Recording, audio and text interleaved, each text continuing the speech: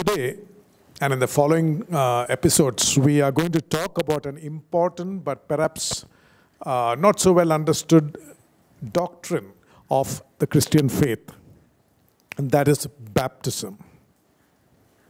However, for the benefit of those who are joining us for the first time today, I'll just take a couple of minutes to speak about what we will discuss in the earlier episodes, and those which are really foundational for us to understand what is baptism.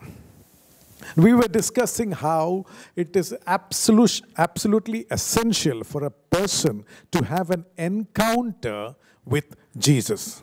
For every person born into this world to have an encounter with God's only Son, Jesus.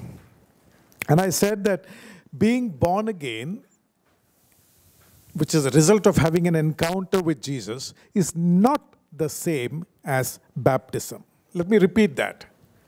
No one is born again when you are baptized. No one is born again when you are baptized. The term baptism was used by Jesus. The term born again was used and introduced by Jesus. And he was very clear.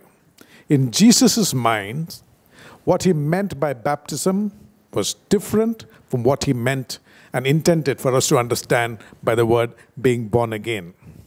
Let me make it very clear. No one can be born again by a human agent, however white his shirt is, however clean-shaven his face might be, or however colorful his robe or his turban might be. A man cannot be born again by a human agent. However, God may use frail, weak human vessels, any kind of available human vessel, in whom his spirit is, to speak the words by which somebody may be born again and somebody can be baptized. Remember what Jesus said, that which is born of the flesh is flesh, and that which is born of the Spirit is spirit. There are two kinds of birth that the Lord is very interested in. There is a physical birth, which we all have partaken of. And then there is a spiritual birth, born again by the Spirit of God. Hallelujah. That which is born of the flesh is flesh, and that which is born of the Spirit is spirit. Distinct births, two distinct births, and two distinct sources. All of us who are born in the flesh of natural parents, which is every man, woman, and child born into this world, we have a conscience. But our spirit is dead. We are born with a dead spirit. Let me explain, because we saw this last time. In Genesis chapter 2, verse 16 to 17, God commanded the man, saying, of every tree of the garden you may freely eat, but of the tree of the knowledge of good and evil you shall not eat, for in the day that you eat of it, you shall surely die. That God commanded that. In the day you eat of it, you shall surely die. Now we know Adam and Eve, who ate of the fruit in disobedience, did not die physically. They continued to live for many, many years after that. But God had said, in the day you eat of it, you shall surely die. In what way did they die that day? How was God's word to them fulfilled that day? It was fulfilled in that their spirit died. They no longer could commune with God. In fact, they hid from God the moment they died spiritually. That which is born of the flesh is flesh. After that day, they could give birth only to children of the flesh with a dead spirit, because their spirit was dead, had died that day. what they do not have in them, you cannot give birth to something else. If you are not a lion, you cannot give birth to a lion. If you are not spiritually alive, you cannot give birth to somebody who is spiritually alive. So, but God is a spirit. And Jesus said, God is spirit, in John chapter 4 and verse 24. God is spirit, and those who worship him must worship him in spirit and in truth. But if your spirit is dead, thanks to Adam and Eve's sin, if you are born with a dead spirit, how can we worship this God who is a spirit, whom Jesus told us, whom Jesus taught us, must be worshipped in spirit and truth? It is impossible. A man with a dead spirit can do 1,000,000 religious activities, perform 1,000,000 rituals, but yet it is meaningless because he's doing all of that with a dead spirit. Jesus said, God must be worshipped in spirit, which means to worship God in spirit, you must have a spirit that is alive.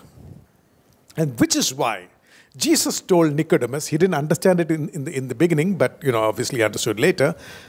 Jesus told Nicodemus, a man who was spiritually hungry, a man who realized that for all his church going, for all his giving, for all his good works, for all the things that people speak about him, he had a spiritual vacuum. He realized that something is there which prevents me from connecting with God. I am very religious. I don't miss a church service, but yet there is something missing in me. And he came. He was hungry enough, he was humble enough to seek out Jesus. And he came to Jesus because somehow he realized that Jesus held the key. Maybe he heard what Jesus told the crowd, that unless your righteousness exceeds the righteousness of the Pharisees, you will by no means go to heaven. Right? So he knew there is something more which is required of him, that in his natural state he cannot get to heaven. And so he came to Jesus. And even without speaking a word, before he spoke a word, Jesus understood what was the purpose of Nicodemus' visit to his home that evening. And we find Jesus telling him one of the most powerful scriptures. Most assuredly, I say to you, most assuredly, Nicodemus, hear me. I'm not just saying, I'm assuring you, and I'm assuring you most assuredly that unless one is born again, he cannot see the kingdom of God. Why must you be born again? Because your spirit is dead. That which is born of the flesh is flesh. There's no element of the spirit in that. You come born with a manufacturing defect, and that manufacturing defect is a dead spirit. And the only person who can make that alive is the Spirit of God. That which is born of the Spirit is spirit. And when you are born again, you get a new spirit. Or rather, when you get a new spirit, you are born again. And we saw how a person is born again. When you meet Jesus in the pages of the book, when you hear about how Jesus died for our sins on the cross, that he took all our sins on him, that he became sin. Jesus was on the cross. Jesus was the most sinful, was the picture of sin. Jesus was the very definition of sin on the cross, because my sin and your sin and the sins of the entire mankind was laid on him. Which is why 2 Corinthians chapter 5 and verse 21 says, he became sin, that Jesus became sin, who knew no sin. Jesus did not know any sin, but our sins were placed on him. All our vileness, all our depravity, all our gross iniquities, all transgressions were all placed on Jesus, and he just, because of our sins, he became sin, who knew no sin, that we might become the righteousness of God. The cross was the place of a fantastic, unbelievable almost exchange, where Jesus took our sins And he offered us his righteousness. And then, because obviously, as we heard, he was without sin, it was not possible for the grave to lay claim on him. And the Father raised him up on the third day. And now he's seated at the right hand of the Father. If any man believes and offers in what Jesus did, even just simple scripture which I'm just telling you now, and offers your sins, or everything that is vile about you, everything that you've done wrong in your life, at whatever age you might be, if you offer it to Jesus, he will take it from you. He will wash you with his blood which he shed on the cross of Calvary, and he will give you his righteousness, which means the moment you do that, you become as righteous as Jesus in the sight of God. That's what the Bible promises us. It's not just, do not let the death of Jesus go in vain as far as you are concerned. Jesus died. There is no other way. If there was any other way for us to become righteous in God's sight, there was no need for the Father to send Jesus to die to take our sins. There's no other way. Somebody had to bear the punishment.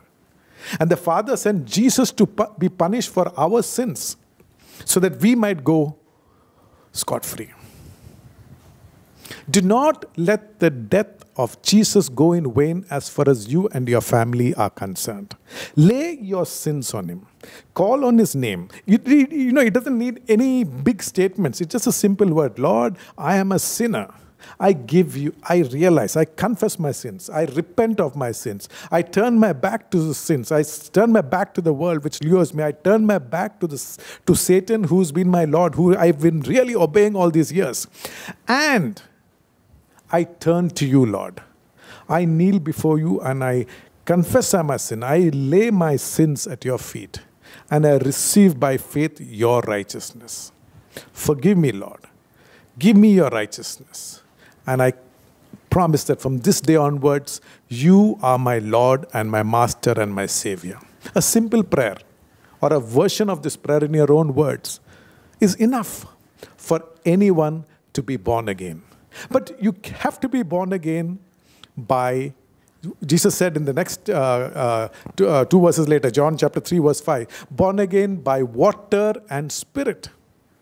What is that water? Water we know is this word. It's not H2O. It is not the waters of baptism. Water is the word of God. The washing of water of the word. Hallelujah. You have to hear the word, even the simple word which I just shared, which I really summarized the gospel for you. If you just get the revelation of what Jesus did, who Jesus is and what he came down to the earth. For God so loved the world that he gave his only son. He gave him for us because he was great love. He knows there is no other way. Or he would have recommended us, climb this mountain, go on that pilgrimage, take a dip in this river. No. He gave us. Whoever believes on him shall not perish, believes on him and on what he has done, shall not perish, but have everlasting life. However sinful you are, whatever you may have done, your vilest sin, your grossest sin, is not a stumbling block for you to come to Jesus. It is a prerequisite. Your sins are a prerequisite for you to come to Jesus, which means we have all sinned. If we only admit we have sinned, Jesus is ready to accept us. If we say we have no sin, we are all right, we are fooling ourselves. And there is no hope for us because Jesus' death will go in vain. So all I'm asking is for any person to be born again. In your own words, call to Jesus. Call out to Jesus. Call on the name of the Lord Jesus. Confess him as your Lord. Believe that he died for you and he is risen again. And he will come again soon to take us home. This is the gospel in the simplest way that I can put it in a couple of minutes. You have to get a revelation of who Jesus is. Once Jesus asked the disciples, who do people say I am? These are good Jews, by the way. Good people of the Israeli stock. And they said, some say he's John the Baptist, some people say he's Elijah, and some people say you are Jeremiah or one of the prophets. And then Jesus asked the disciple, who do you say I am? And Peter said, you are Christ, the Son of the living God. The whole world in that area is seeing Jesus in action, seeing Jesus speaking, but yet they think, this is John the Baptist, this is Elijah, this is Jeremiah. And Jesus says, flesh and blood has not revealed this to you, but my Father in heaven.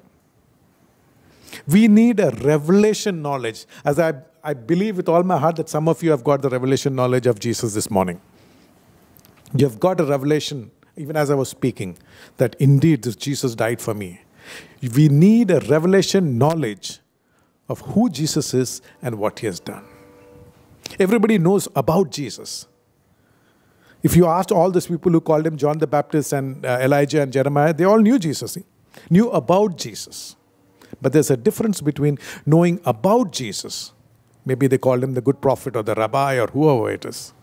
But they didn't know him as the Son of the living God, as their Lord and Master. Jesus came to reveal God to us. Look at John 1:18. No one has seen God at any time. The only begotten who is in the bosom of the Father, he has declared him. So if we have not had a revelation of Jesus, we cannot claim to say we know God. Because Jesus is the only one who has revealed him. To know the Father, we have to know Jesus. And to know Jesus, we need to receive it by revelation. And all it takes is, Lord, I don't know you. Reveal yourself to me. And he will reveal himself to us through his Spirit. Colossians 1:15. He, that is Jesus, is the image of the invisible God, the firstborn over all creation. Jesus is the image. Jesus came to show us who God is. Colossians 2:9, for in him, that is in Jesus, dwells all the fullness of the Godhead bodily. Jesus is the Father revealed. Only Jesus can reveal the Father to us. No one knows the Father except the Son and the one to whom the Son wills to reveal him. Matthew 11 and verse 27. Hallelujah. How does creation happen? How did creation happen in Genesis 1? The Spirit was hovering and the word came, let there be light. The Spirit of God is working on the entire world right now. When that Spirit, the Spirit of God, encounters a person receiving the word of God, word and Spirit come together and a person is born again. Hallelujah. Just as in creation, so it is now with the new birth. Spirit and word coming together. Light comes into you. Suddenly this book begins to make sense. Otherwise, we will read Psalm 23 for the rest of our life and not know anything about God. The pages of this book come alive when the Spirit of God comes in us and he reveals. He reveals truths of the Scripture to us. He reveals Jesus to us more clearly. He reveals the promises of God. He reveals who we are in Christ. He reveals our authority. Hallelujah. He reveals where we came from and where we are going. He reveals the boldness that we have. Hallelujah. Hallelujah. Hallelujah. Like I said, we are born again by encountering the person of Jesus in the Word, either by reading the Word or by hearing the Word and the work of the Holy Spirit in our life. And then saying, Lord, I know what you have done for me. I know who you are and I accept you. And that second you are born again. You were not born again when you were baptized as an infant in water, either by sprinkling or dipping, whatever the procedure that you underwent.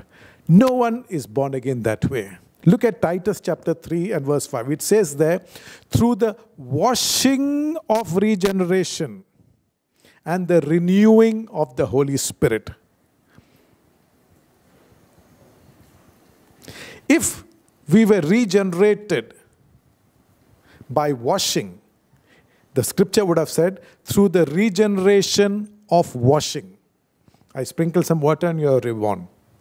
But the Holy Spirit is very clear to tell us through the washing of the regeneration. When you are born again, that's when you become new. That's when you are a new creation in Christ. Hallelujah. Hallelujah.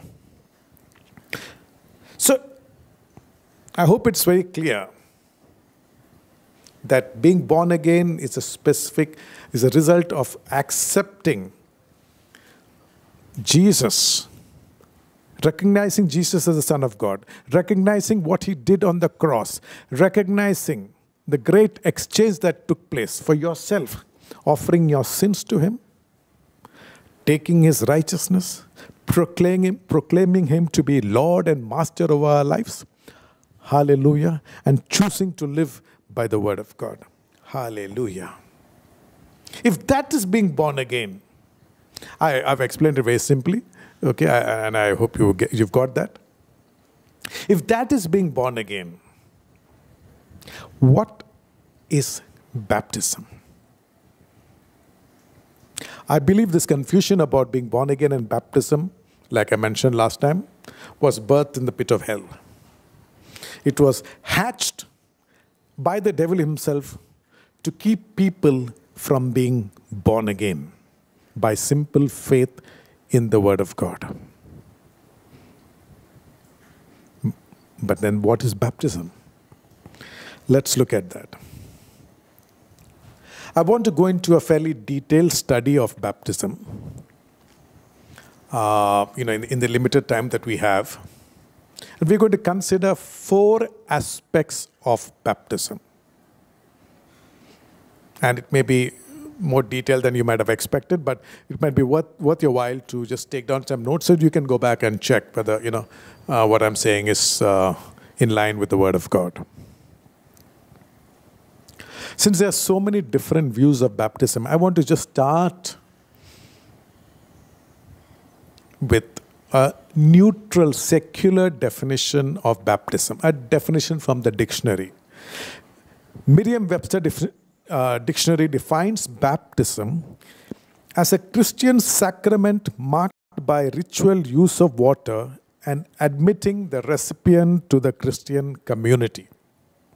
That's what Merriam-Webster defines baptism as. So this is how we're going to go through baptism. We began with the definition of baptism, and I'm going to go into 4 aspects of baptism. Why should one consider baptism? Number 2, what is the significance of baptism? Number 3, when should one get baptized? And number 4, how should one get baptized? Why, what, when, and how? Hallelujah. For a large number of people, and I'm talking from experience,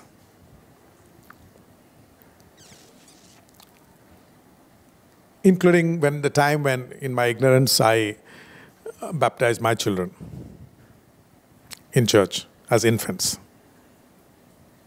It is a mandatory church ceremony after a child is born, maybe within the first few weeks or months, and then there's a nice party.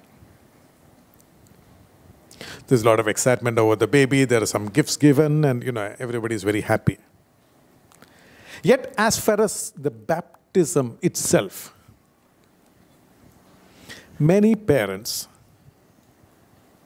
of the infants have never studied what this is all about.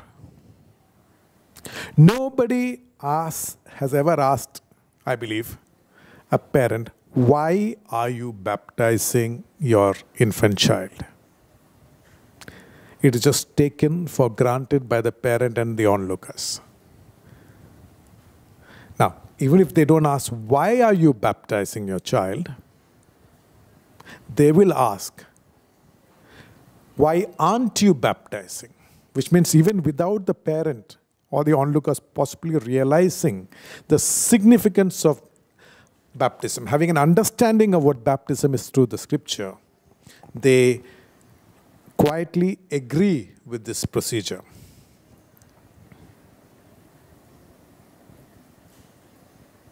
For some people, baptism is like, that's all they talk about. It's like, the only question they will ask you.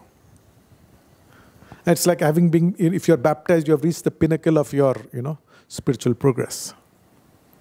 And everything is okay. And there are other people who couldn't care less, even among the Christian faith. Why should one get baptized? We're going to go through this scripturally. The first reason, Jesus got baptized. Later, he baptized others. And then he commanded his disciples in Matthew 28 and verse 19 and Mark 16 and verse 16 that all who believe in him should be baptized. That's the authoritative basis for baptism. Jesus got baptized, not as an infant, but as an adult, just before the start of his ministry. Then he baptized others himself. And finally, he commanded his disciples for all ages to baptize those who believe in him. And that is enough. I can actually stop my, talk here. Hallelujah.